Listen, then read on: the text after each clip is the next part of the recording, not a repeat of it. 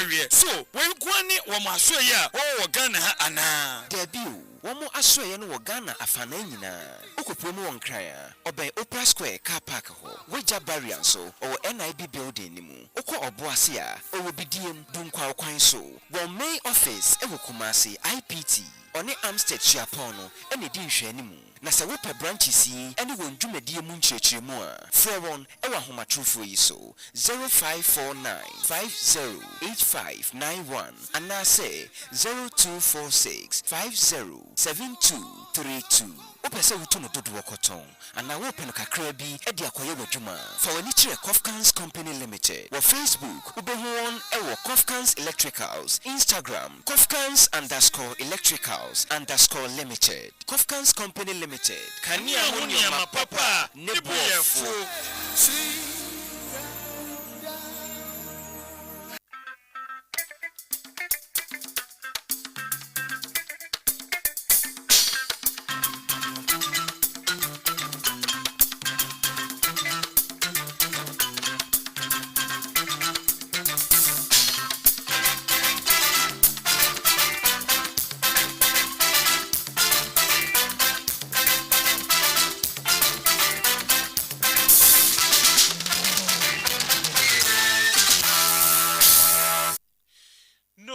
So mienu abapem wa ha Pent Radio 100.1 FM Kumasi Asokwa Pentecost House anwumre nunum ene fakase ena ebra so semede ebra omidi ene ohene ba nyako na misra so free yen ese anopa na fe so wie yentimi amfakase no yamfa amrel na anwumre die no ensam no dia edi emu akotene bi ene say Pastor Eric Kwekuansa wode ato ayi asori mpanifo ni titiriwu wono mu a kwa homegye mu no ese womo emma wono mu nimdie wonsu ehunu na afen so akyede ekita womo no womo emfe nkotena sesa ehu hia enkyini mapa Ononyafo Felix Kwachi ofosu enso ede atudwa kyerɛ sɛ petition bɛyɛ sɛ edu a yɛ kyerɛ sɛ emu enso kɔ sɛ yenyi ɛyɛ abato commission edi na miɛnsa enso sɛ yenyi office of the special prosecutor na sɛ owura kisi agya bɛ yenyi na di no aban inim ho hwɛ ne nsa eni bibia emu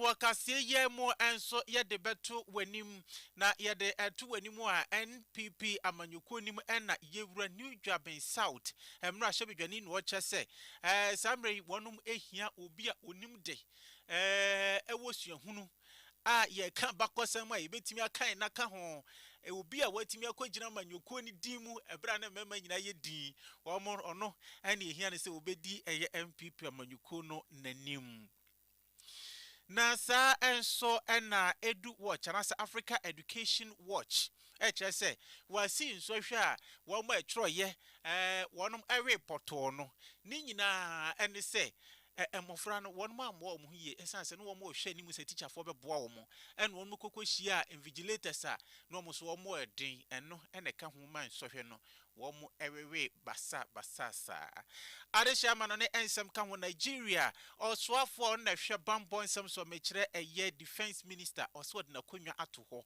adentia media mu kire mu bebre okase eso kase yi mo na se ne yemfema ohenere spices na fen so ohenere nondari pardon me se wonom aso yasen e wosika fam ma yede kase na ebro me amede bro medini ohene banya kosanse na kise ke okay wo streaming live on Facebook de emayen ye gi abofo nkrato yede kase ne kire mu ebeto awoso enche Midofo amini ho gro na se die oduane ni dano ayesronko Amiwa Ohere spices abefi aduane de ayesronko Ohere chicken seasoning se wototo uchi ama wo ye akokɔ nam ho bobia fakakra sum froye mi Ohere stew seasoning ba mama jeta jollof no Ohere jollof seasoning ma no hwam no fried rice no kra die Ohere fried rice seasoning e ma no fridge frede aponchin kakra no me do ohere go seasoning na ye asam no se niwa Ohere seasoning powder we want beef shrimp noodles any de kekeka anu so de aduane me hwam ne medem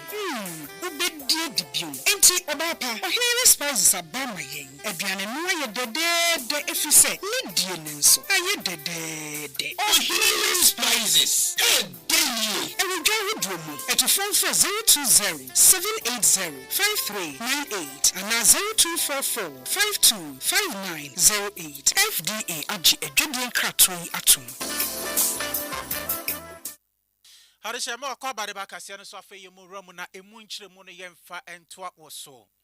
Yebo ewremu ewo PIWC kwada so na no kwasie dai na eya kwankwaja a woye edema eye officers a wonom ache ewo adwumanim na afen so wo kire wonom ani so edema eye asori mpanifo wonom ewo PIWC kwada so na osofo a wono edata na so district ano Pastor Eric Kwakuansa wono ena ekokasa ye ewo PIWC kwada so enanu kwasiada na wode to eya asori mpanifo ni titiri wonom a wonom anyi wonom fia kwa animu a wokwa megemu ne se wonhu se wonom sua hunu na fensi media wonom kitare ehu hia ma nkyere mapa enti wonom ekwa megemu wonom kyerɛ se wonkoda anase wonfa nkɔhye sumia ase wonhwɛ se obetimi ede ama nkyere ma wonom eba esan se ejapade kɛse ede ma nkyere ma.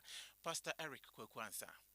Continue praying, continue nurturing, and continue to shine. The mountain remains. Dickness and euphemism. Only the more changes. Hallelujah. So for your experience, wisdom, and faith are treasures for the next generation. The 21-year experience. So I pray that you avail yourself for God to use you to bless the generation who are coming. In fact, God's reward is sure and certain. You see, people reward with plaques, handshakes, certificates, word of appreciation, what have you. But God reward with grace, peace, good health, long life, and eternal crowns.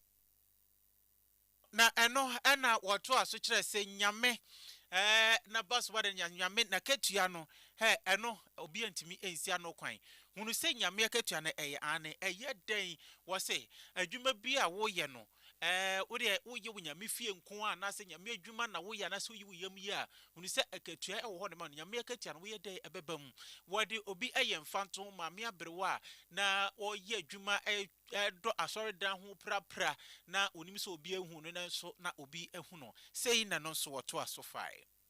There was an old lady who was at a certain local assembly. She will weed around the church, sweep, do all the work that you don't expect an old lady to do. So a timber merchant was at that village. She was seeing the woman going about the work. And so when he finished his contract and going, he said, "Mama, I've seen your labor for the Lord. You are old. Let me add you to my sons so that I will educate your grandchild for you." So this man accepted one of the grandsons, made a next document for him, added him to his sons, and sent him abroad. Through the activity and the selfless devotion of that lady, the destiny of that house was changed. I want to tell you that God is a rewarder, and everything that we do for him, he will reward us, not man. But his method is man. But he himself do what? The reward. So please, whatever you do, Jesus says something in Matthew 25:40. Whatever you do for the least of this, you do it unto me. So the visitation we have been making. Officers, when we close, we have a meeting. We are going to visit this one here. Before you get home, it will be about 6 p.m. Enti wode kwaso a na kura gide na ye adwuma no fa hye nyame anmunyam na waketua ewo nyame seme no so ebeba.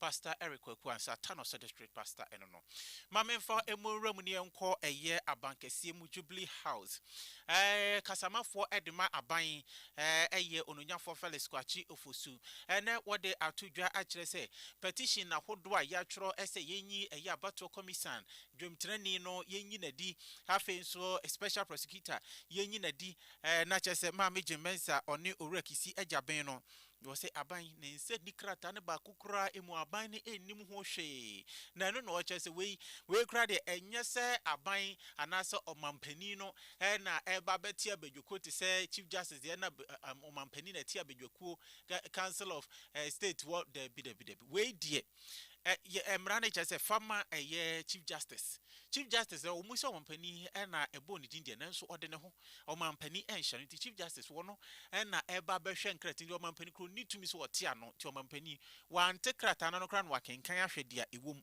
enti sedia amamrane tie ne sa na omampani so ye no eyo no nyafo Felix Kwachi Ofosu.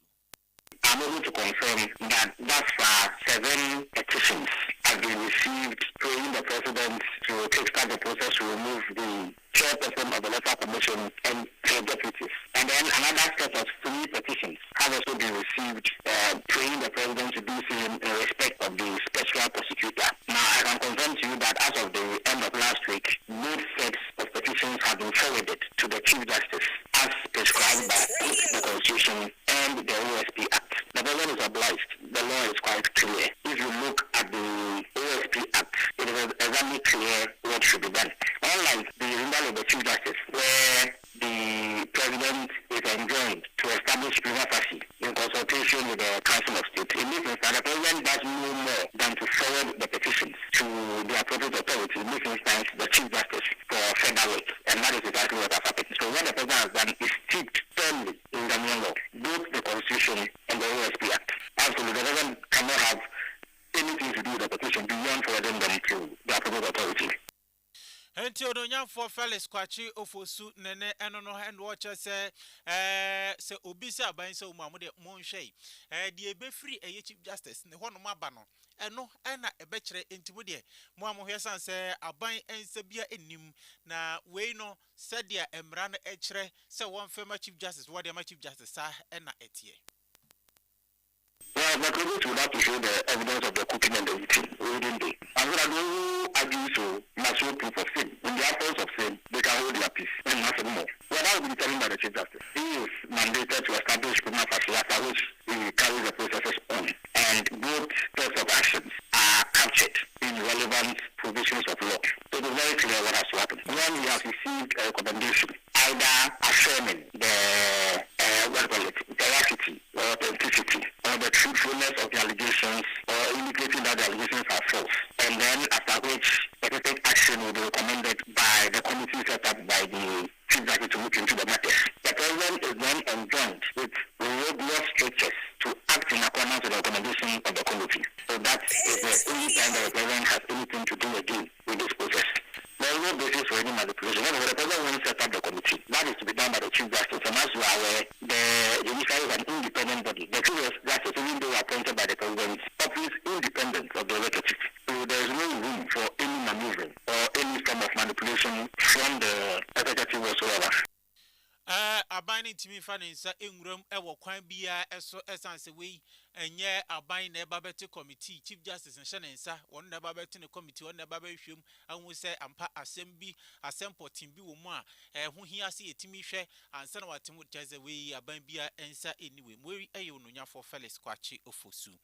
Meadow at was so now, or swap for Abedi, a chile de ma as a share a Yankee town, some Deputy Minister, Edma Communication. Communication Ministry near Ononyam for Mohammed Adams Suparu. What they are 2 judges say, Abai, I know a omampeni. One kasa eto na numtuo ede eto eye asye no anim se afia hyase na wo hwa wo frɛ obi a wo ye kɔ na kwen na adrope asa de na enko ofra asemfam asa network no enso asa bibisa bibia yi afrimu no wo kyese homampani ene eye communications ministry no kasa ye ma wo kyese spectrum bia wonum ehia ni titiri MTN na afenso so telecell yemfa ema wonum se de ya Ghana for ebetime nyankita udie papa and the Ministry of Communication, Digital Technology and Innovation. One must so edge asem no pepemu ma spectrum bia ehia telecommunication networks no telcos no what nina what they ama one mosinity through MTN and afin so telecell india nei one dwumadi ejina ne nan so pa.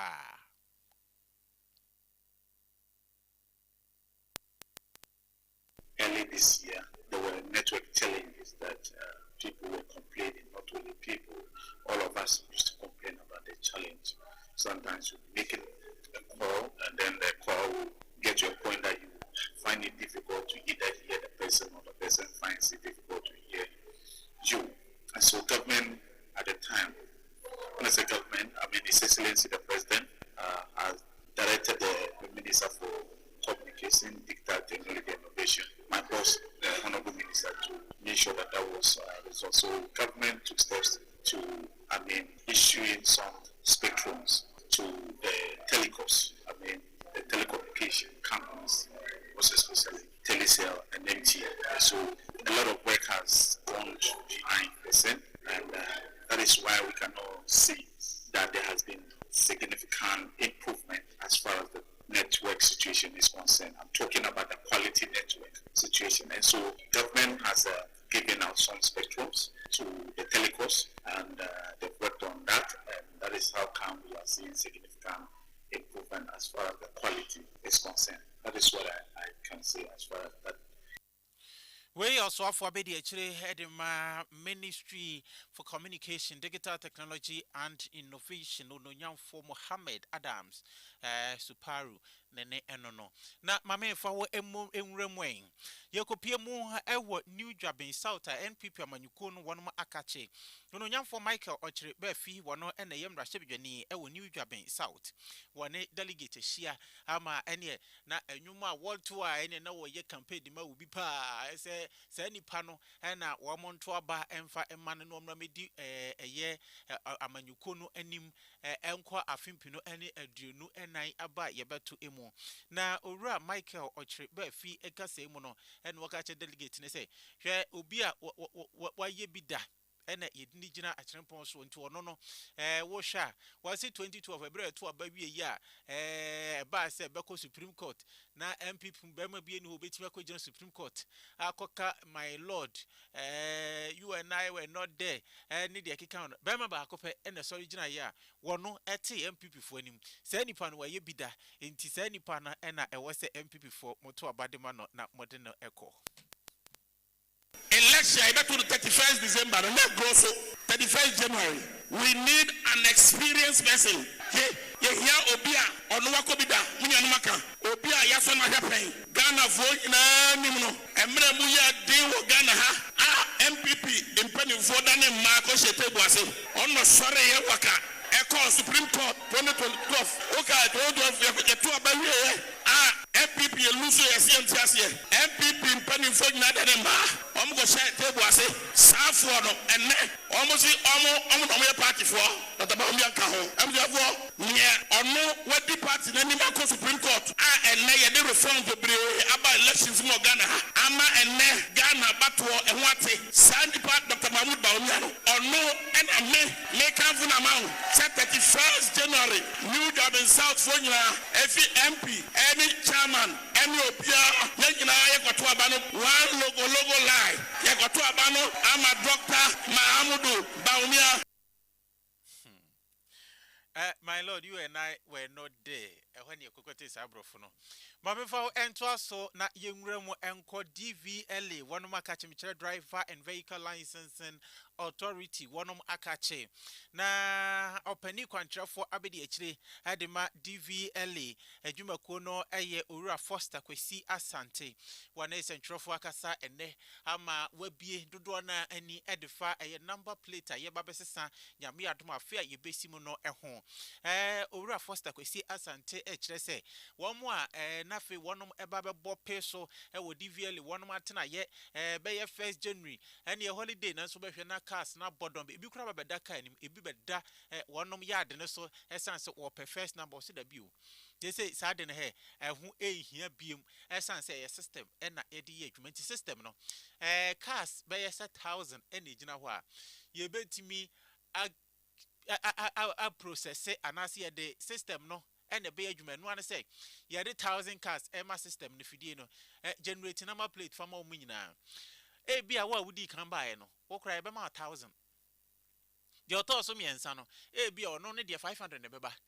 Be a NTC no, a system in the bachelor number plate I am for more. And yes, I'll buy Madam D come by into number 1, number 2, number 3, number 4, Debbie. Half a woman so a special number, a bit to say, what would you and us a number be special number be or dear to just no, Momono, mobile apply. Aha, I say no so no. Yeah, mamma, bottom him, I will honor more into way a online, wait me apply. Name Momono. Was this a sea dear? Nama plate in Oma, say 31st, and I finish first one Bakwa Salai or do Mokas Bakwa Salai or Divielino at Monsacra Margin, Monsa Nanya dear, Sa Anamono Ebebasubium. Samri, one master Sunday, the system, the Ejuma. Nothing like any number with this system. As you said, even right now with the VRS we are using, when we upload, I upload 1 to 100 on the system to be issued, and the system can just give you 100. Even if you are the first person that I'm serving for the year, the system will give you 100. It may give you 100. The system may give you 70. So there's nothing like getting first number at this time. But if you like a given number, like I want 10, 10 is your preferred number, then you reserve that 10 for yourself and apply for it. We call it special number. So you reserve the 10 as you like it, then it will be given to you. So that is it. Thank you very much. Into we no who apply or register online what them crowd to me apply into a we has a baby boy peso and no what I say sa and more peso no no sa system win a bebo papa a VRS a vehicle registration system no a bebo power say Abema 1 ma we yedwuma efo e wo divil nkasa no wonom ekoma ihan mo ne pressure ide ebabeto mo so e na afi so congestion na eye ba honom no we nyina sa system we ebeyi e de afiri honom. So you can see that with the old system, as soon as it's 2nd January, people even come to sleep in DVLA premises for a new number to be given to them at the first time in the year. So it gives pressure, it's congestion. Then the most customers and DVLA staff are never free with this system. You will be working the whole day and close somewhere 8 o'clock in the night because people are in the queue still waiting for you to serve them. But this new system, you are just going to apply online because there's nothing like I'm getting the first number or second number. So you apply online, and once you apply online and upload your information online, we vet everything online. When we are clear, we just first schedule you. Documents are come Wednesday, 3rd December at 10 o'clock to continue your registration process. Then you come and continue. So in this system, we are not going to face the pressure, the queue, the long queues in our offices any longer. Anyway, our penny contract for the HA Edmadi VLA, Ura Foster, Kwesi Asante, Nene, and no.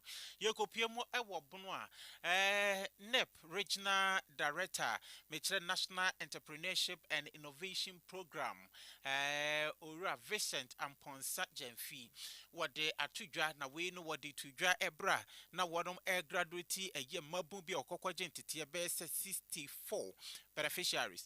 Now, no, what I say. A ya nebi mu chere se aban adwumawura program aban dia bai no mabu dodo na ne babema wonum sika ese won fankwe o se enye saa wo Ghana hanum nyina ye ma eye 10,000 pe na saa 10,000 nso kora ne sika na ye de ma wo no akontabuo wo ho loan ye de ma wo akontabuo nso wo ho ntimma obi nya na adwen se ye sika fa me kwa oba beje na wakwa akodi ana so ba bedada aban na wo de akwa akoye de apose da bi enye saa kra na etie wo de nsam tudwa ebra wonum graduation at the point addition for one number quantity by a set adusia and 9.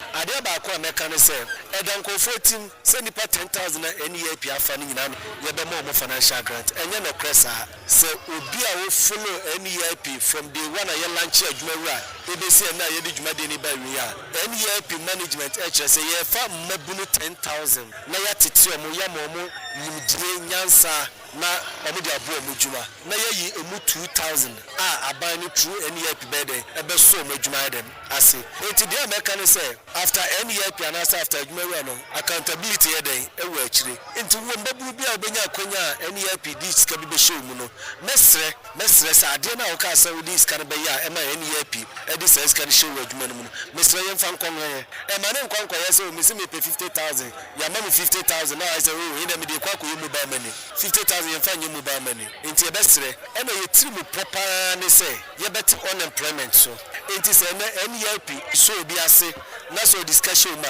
the NEIPC woni o mampanyini ene aban na ehwehwe ne sem says kana ye dia show mu no wadwuma wo de kwaya na so we existing business na wo no entrepreneurship work na wo ye no ye be pese wo be fo bi aiden aka ho entrepreneurship work na wo ye na adwuma na wo ye na be pese wo be fo bi di aka ho no ne ani so ade hunu se ebi nso betimi afa wo so enye adwuma aye na adwuma de na se na DC ye de ma jama no fo no nyafo George adani wobo mpanifoɔ aba so pa ɛwɔ dwumadi a wɔde ɛba yɛ no wɔkyerɛ sɛ sɛ dwumadi nso wɔne na assembly no wɔnom ɛde wani ɛbɛto fam ɛne monitoring papa na wɔnom ɛbɛbɛyɛ anaasɛ wɔnom bɛ monitor afei wɔsi bɛkyɛm ɛyɛ poultry factory processing factory ɛde ba bɛsi bɛkyɛm yi nso ɛbɛyɛ mfasodeɛ bebree bɛma nkurɔfoɔ bebree ɔmanfoɔ adwuma ɛna ayɛ ɛno nti mo obi nso nyana adwene sɛ megye sika no mekɔkɔ obi ama me monitor me wɔnom de wani ɛbɛdi akyiri pa nti ɔmanfoɔ nso ɛnhyɛ no nso deɛ ɛbɛyɛ ne sɛ yɛbɛhwɛ sɛ yɛbɛnya nipa na wa monitor mo sɛdeɛ ɛbɛyɛ a dwumadie anaa botae a ɔmo de asi ɔmo ani so sɛ ɔmo bɛyɛ na sika no so aba mfaso na adwuma so mu atere no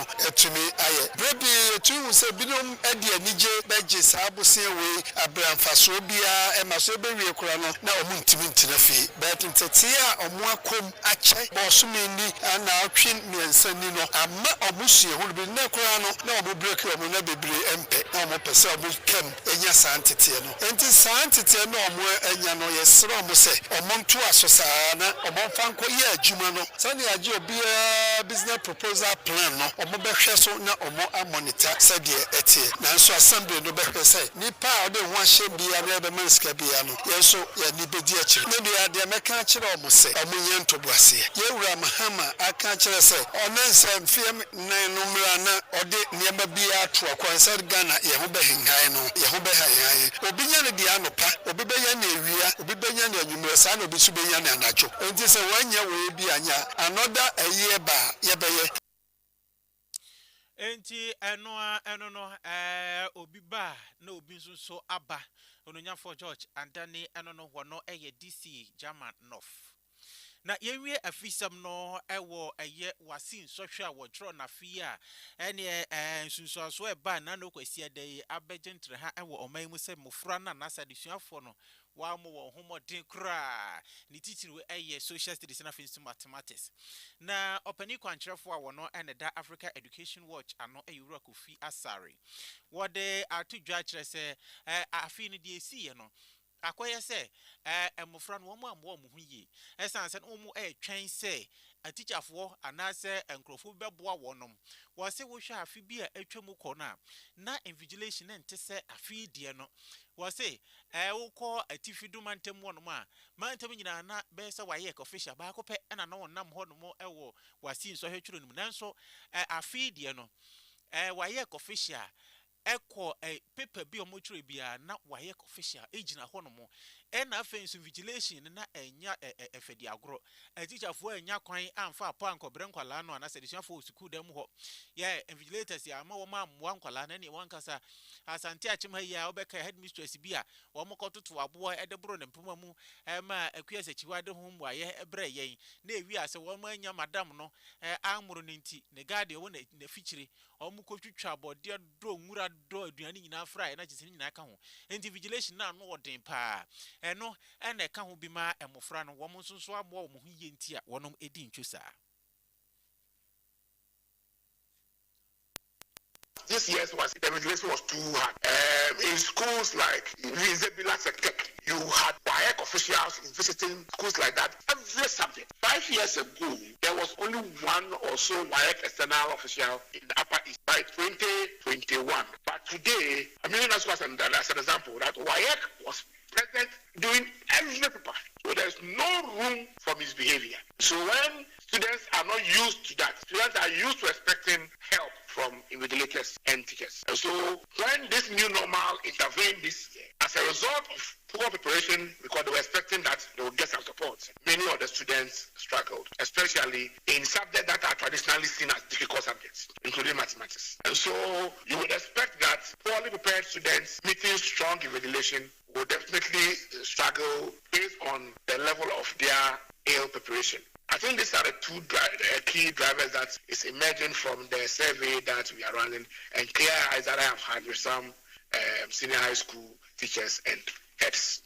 Na ora Kofi Asare ade etwa so say was say emofra no wo esuade no wo boa wo ho wo hwe osi chief examiners reporter wo de eba ye na ekire say emofra no na kyese ye ba na akonta na se ye twro akonta no obrofum no wadane de akonkontabuo mu no omo nyaade na no obisa se emprenso so dodo ahe na ye yetade questions bi se nso ye de eba ase eba but in time ma enu ti yenhwe se questions nso obema emofra na da solution for one madwen na wonum atimi solve problems ne ye de ebeba mo na afia solution for na abre bia wonum enwe se obeboa wo mo ho ene question bi ebeba no waboa wo ho a enu no ubetimi aye na watwa.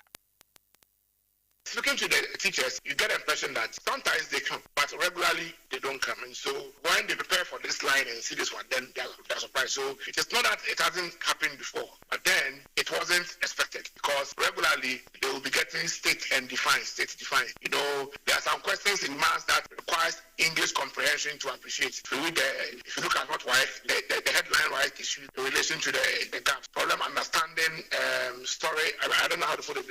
You call them story questions. English questions in maths, right? So you have to apply them. It makes sense. If you don't apply them, you cannot answer them. So all in all, I believe that if students are preparing well without any expectation of teachers helping them in the examination room and psyching themselves up, that individual learning, listening to what teachers tell them alone is enough to let them pass. I'm sure that with that confidence, students will be better prepared to do better in the next WASI.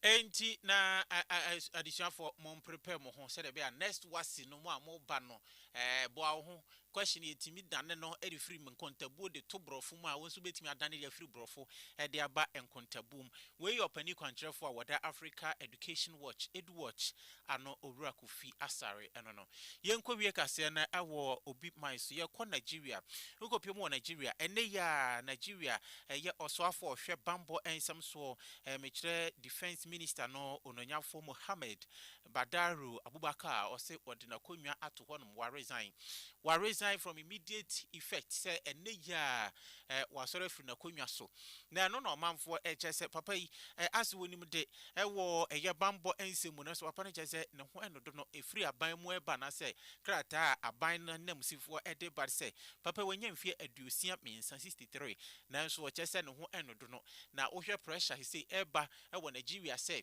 etuate dom ku wonom echichi mofra wo chichi asukufo wo chichi chese asofo nyina wo chichi wo mono na Nigeria fo su momma ye ho ban yo bambo no wo fo mo na chese pressure na eba no ano de papa nso ohwe ne mpomudin mu enkoyie anu tie ne wagina so ede na konwa ato ho no mo se ontimi entra sa so ye ho no mu biem ewo na pomudin ensem enti Areshe aha ene brame kwamede kase ni nyina yede ababewie na kase ni mo ensa no dia edi emu akotene bi ene se Pastor Eric Kwaku ansa woye Tanoso district pastor wase asori mpanifo a mumfi akwa animu a mokwa omeje mu no munhu se munsuan hunu ne munim de adoma chede ne wo mo so no eye enchirima japade kese enti modepema enchirima enso Oronyafo Felix Kwachefo su achirimo HSA petition ahodo a amanfo ede aba se yenyi abato commission dwom tenani yentu na de so afi special prosecutor Owura Kisi Ajaba no so yampamo no aban ensa enim ewo ekwan bia eso Wachese aban ena ema eye communication ministry no ekwan ya na se wo hye wonum se spectrum bia ehia telcos no fem mo se de be ya Ghana ofre migina ba bi na meka se enkoye hello mente wonka ne ade se de be ya enkitawudie mapa ebekos we ne firi osofo be de akire no ne ho ena ebaye na ensem bi no ka na metena se na nwumre ede bre ose nunum ene fa kase midi ede ohene ba nyako adwumako a eso yasen emede kase ne ebrewo eye ohene spices na fin so ohene no ndare powdered milk se wonom ena eso yasen se keoki ena streaming live on Facebook ede emayen me sorry so nyame adoma wo china many obesan ehyiemu ebiem